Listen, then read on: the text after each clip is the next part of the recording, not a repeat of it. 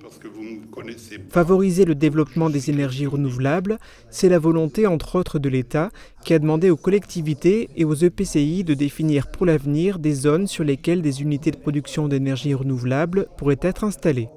La ville de Sarreguemines s'est donc exécutée en définissant des zones favorables et des zones défavorables. Une zone défavorable, c'est une zone où ce sera beaucoup plus contraignant pour avoir une autorisation de développement d'énergie renouvelable.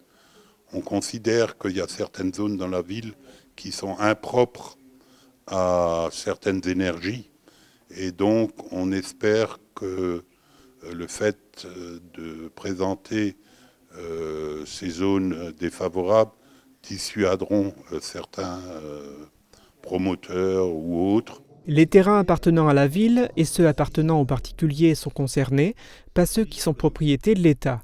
Différentes cartes ont été réalisées en fonction des différents types d'énergie renouvelable envisagés.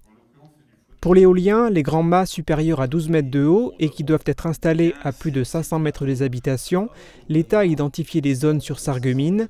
La municipalité est défavorable à l'installation de telles éoliennes sur l'ensemble de ces zones. Pour les centrales hydrauliques, il y en a certaines qui existent déjà, comme à Velferdin sur l'île du Moulin, une qui est en révision sous le musée des techniques faïencières, et des endroits où d'autres pourraient être rajoutés, comme au niveau des écluses, mais encore faut-il qu'un porteur de projet estime pouvoir créer suffisamment d'électricité à partir des chutes d'eau pour qu'une nouvelle centrale hydraulique voie le jour. En ce qui concerne la méthanisation, la ville ne souhaite pas que d'autres unités soient créées, en plus de celles situées près de la déchetterie professionnelle, en raison de l'odeur ressentie parfois par les riverains.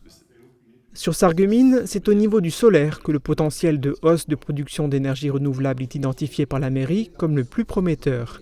La ville est favorable à l'installation de panneaux photovoltaïques sur tous les toits, à condition que des demandes existent.